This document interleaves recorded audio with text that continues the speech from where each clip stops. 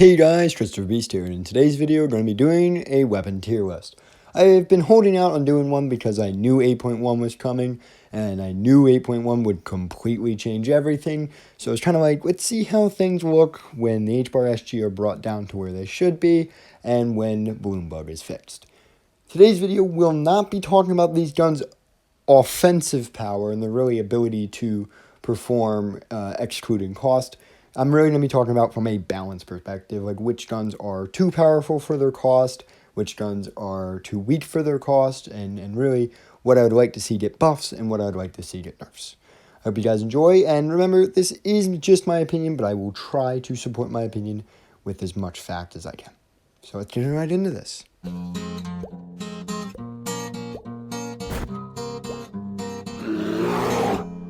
Let's start with looking at my tier list as a whole, and then we will go to each tier, why I put certain of the more controversial weapons in the tiers I put them, and then we can move on from there. So here is my whole tier list. So I think we should start first talking about what weapons I decided to put in the S tier and why I chose those weapons. So first weapon is the A74K. The A74K at the moment has very small amounts of bloom and no recoil. For a green weapon, that's a lot. Even considering that the weapon doesn't have pen, has no noticeable scope, and has some pretty bad bloom ramping, this is not enough to really compensate for its initial short burst accuracy, and I think a minor nerf to it regarding really the amount of recoil it has. It needs a touch of recoil to be where it should be. It's not a solid S, but it's like a in-between between the A and the S. This is also where the AKM lies. The AKM has a lot of bloom, and anyone that's trying to act like the AKM right now is outrageously broken isn't really being truthful with everyone, because the AKM has a lot of bloom, and its bloom ramping is pretty severe. In fact, so much so that a lot of people I've talked to have said that the gun's borderline not usable in long range. But it doesn't have any recoil, which means in first person it is pretty dang good. So that's why I put those two there. Considering that they're really low rarity, they really can't afford to have the stats looking like what they are right now. The next gun that's in this list for very much the same reason is the M16. The M16 right now just really needs to get all of the buffs it's gotten since 6.0 rolled back. 6.0 M16, in my eyes, is a perfect M16, and if you aren't aware of really what that means, we need a slower rate of fire M16 with a bit more recoil. It shouldn't really be looking at this fast rate of fire, this low recoil weapon. It really needs a bit more to make it a bit more harder to use and logical for its low cost. The last gun that's up here in S rank is the Butyl. The Butyl is up there right now.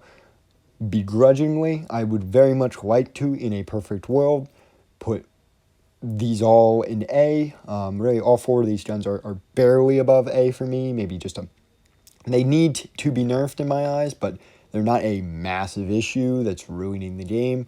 The Butyl's in the same world for me with that. The Butyl's issue, though, is really its extremely low bloom is just not okay. It allows it to snipe in absurdly large ranges, in crouched.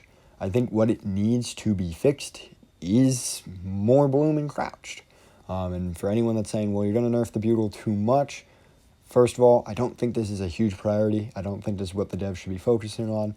And second of all, the Butyl won't be as bad as the M16 because the M16 also needs a nerf to lower its rate of fire.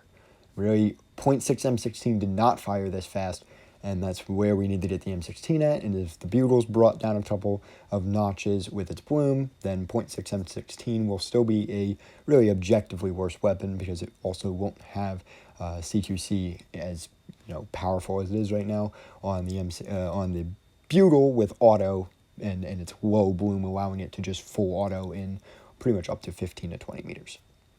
But those weapons are all, in my eyes, a low priority right now. So now we get to A tier. These are guns that I believe are perfectly balanced and should not be touched unless very outrageous circumstances show up, and really I don't think they should be touched. Most of these I think people will agree with. I think a lot of them are not that controversial, And if you have any in particular you'd like to debate me on and go, well, Chris, this gun isn't really worth its cost, keep in mind we're talking about cost. Because there's some guns on that list that are not the greatest. I mean, the MGV is not one of the best guns in the game, but it's definitely worth it for its cost because it's a green weapon that can outsuppress basically any gun. It has an absurdly fast rate of fire. Moving down to B tier, though, I'll start to defend myself on these choices again. We have the Combat Magnum. Combat Magnum's cool and all, but it's blue. And if for the cost that it costs me to make a Combat Magnum in crafting time, I could be making guns like the G3 and the KK62, which are doing a whole lot more. And I know the counter-argument is, well, it's a secondary. And then my counter-argument to your counter-argument is, well, it's bad. Its damage is quite low, and really armor seems to complicate this issue by a ton. I think Combat Magnums wouldn't really be that bad if they did a much closer to solid two-shot. Right now they're like a iffy two-shot. They're like, yeah, they can do two-shot, but it doesn't really feel like a two-shot gun. Combat Magnum being a solid two-shot with a tiny bit of a damage buff and really more penetration would be something I would be a fan of. PAMD is in B tier mainly because it cannot do long range. PAMD is, factually speaking, one of the most versatile weapons in the game, and I plan on making a video covering that in the future. But the PAMD cannot do long range right now, and that is because its single fire is simply bad. A buff to single fire overall in the entire game would be nice, but the PAMD is a gun in particular that would benefit from that. The PKM is a 2 to 3 shot. I know we just did damage tests over it, but I actually forget the results of it. It doesn't really matter either way, as the PKM is arguably just a worse MG3 and KK62, as it doesn't really do anything better than those two guns do. I think the PKM, what it really does need is less bloom. Its bloom is quite obnoxious right now. Next is the Mosin. The Mosin is a nice B tier weapon, and this is one of the few guns in the game that I think should stay in B tier. It is objectively worse than every other gun in the game, even for its cost, but there's not much you can really do to a Mosin to make it better. Besides really adding extra penetration values and maybe giving it a bit more stagger, but both of those might not fix the root issue with the Mosin, and that you just have to be accurate. It's one of those guns that the only way to fix it is by players net getting better at the game, and that's just a product of the times. The M2 carbine's a 5-shot, make it a 4-shot.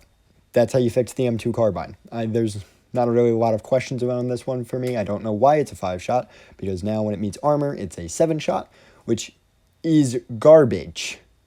Straight up garbage. The VSS, while cool, has a shit ton of fucking bloom, and if you're sniping, why are you using a VSS? Suppressors are cool, but they really don't do much in this game, especially because they still give hit, icons. They still show the direction in which you were shot from. A buff the suppressors would buff the VSS straight up into A tier. And then finally the SKS. The SKS is much in the same boat as the Mosin. The existence of the fact you have to have really good aim, and on top of that, armor, make both of these guns something that I don't know how you would properly buff, but they're not bad. They're just something that require a lot more skill to use. Moving down to C tier, we get the guns that are all genuinely fucking bad. The Rack is a 7-shot kill submachine gun, and it's also probably the first SMG you did in the game besides the Thompson. But it's marketably better than the Thompson in a lot of ways, which kind of complicates a lot of things. So really the Rack's big issue is the fact it's a 7-shot kill, and this would be a gun I'd want to push to 6-shot. Really all Makarovs I'd want to push to 6-shot, but it's not a huge priority because at the end of the day, it is one of the starter guns. You don't need to touch it too much. Next is the PSS. The PSS is hurt by the fact that it's a pistol. All pistols are pretty bad due to the fire rate cap, and it hurts even more when it's purple. I think the PSS is still a 2-shot. I'm not entirely sure on that one. It's in C because I think it's a 2-shot. If it's not a 2-shot, I want to clarify here, it's in F because its cost is outrageous. But if it is an actual 2-shot, while its bullet velocity is garbage, it is silence, which has a kind of a tiny bit of a benefit. You're not going to be attracting attention. But if it's 2-shot, that means it can kind of kill things humanly possible, as opposed to the 7-shot normal pistols. The VZ58P is cool and all, but it literally can only do 2 ranges, which is close and close mid. That's it. It has like a maximum range of 35 meters. Bad. It's not lower because it can do CQC building clearing. very well for a starter gun, but I don't know why anyone would spend the mats to build one of these when you can spend almost the same amount of mats to make a M2 carbine. Don't know why you would do it. It's simply, well, actually, I do know why. It's because you don't have VZ58, you don't have the M2 plan, to which I retort, if you go to any loot POI, you can get something marginally better than a VZ58P, so you really shouldn't be sticking with it. So this is definitely a C-class weapon. Scorpion's in the same boat as the Rack, but for the opposite issues. It is still a 7-shot gun, which means it's really bad, but instead of it being like, oh, you know, why would you spend your mats on this? This one's more of like it's a 10-round mag. The Scorpion's very deadly. You just need to hit more than half your mag. You need to hit 7 out of 10 shots in your magazine. If you hit them, the Scorpion is deadly as shit, but simply speaking, the 10-shot mag is what throws the Scorpion very far behind a lot of other guns. And I think something would need to be overhauled regarding the Scorpion to make compensate for that. And really, I think what that is bringing it down a tier, making it a white gun, because making the Rack a green gun would also make a lot of sense in my eyes. But that's my opinion. Next is the SS-82. The SS-82 I would love to put higher, but its bullet velocity is fucking dreadful. You can't have a sniper with a negative bullet velocity without having something that makes up for it. And I know that it has a scope, but the scope doesn't matter really at all in the grand scheme of things. So for me, the SS-82 is solidly in C. It needs something to make me want to use it for being a blue gun, and it just doesn't have that right now.